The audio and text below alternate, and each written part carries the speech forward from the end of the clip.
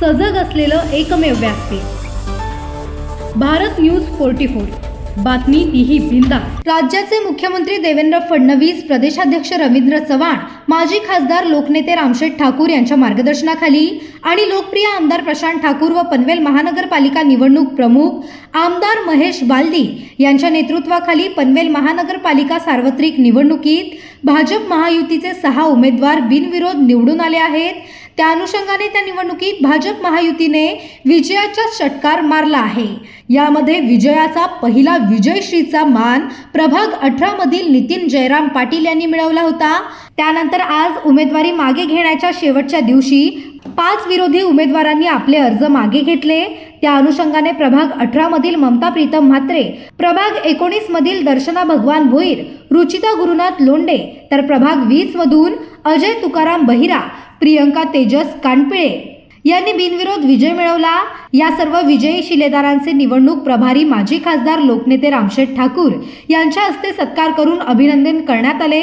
यावेळी कार्यसम्राट आमदार प्रशांत ठाकूर, कार्यसम्राट आमदार महेश बालदी, भाजपचे जिल्हाध्यक्ष अविनाश कोळी, राज्य परिषद सदस्य अरुण शेठ भगत, ज्येष्ठ नेते YT देशमुख, पनवेल महानगरपालिकेचे माजी सभागृह नेते परेश ठाकूर, माजी विरोधी पक्षनेते प्रीतम म्हात्रे, जिल्हा उपाध्यक्ष जयंत पगडे, गणेश कडू, राजेंद्र पाटील, महिला मोर्चाच्या माजी तालुकाध्यक्ष रत्नप्रभा घरत, माजी जिल्हा परिषद सदस्य जीवन म्हात्रे यांच्यासह पदाधिकारी कार्यकर्ते मोठ्या संख्येने उपस्थित होते।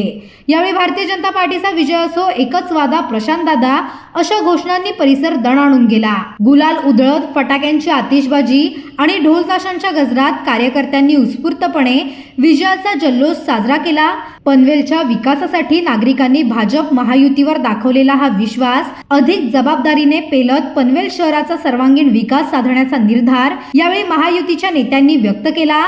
या बिनविरोध निवडीमुळे भाजप महायुतीमध्ये आनंद व उत्साहाचे वातावरण पसरले असून विरोधकांना मात्र मोठा हादरा बसलाय। भारत न्यूज 44 साठी भूषण साळुंखे, पनवेल। पनवेल महानगरपालिकेमध्ये 6 उमेदवार हे भारतीय जनता पक्षाचे निवडून आलेले आहेत। त्यांच्या समोरच उमेदवार कोणी राहिले नसल्यामुळे आता आम्हाला विजयाचा षटकार मारल्याचा एक निश्चित आनंद आहे।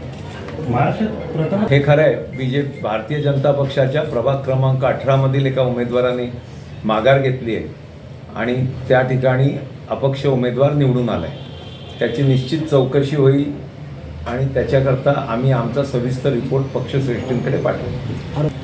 असे आता शेका पक्षाकडे दुसरं काहीच म्हणण्यासारखं नाही। जे उमेदवार होते शेका पक्षाचे तेही सक्षम होते, तगडे होते, असे काय दादागिरी करून आणि पैसे घेऊन जाणारे नव्हते।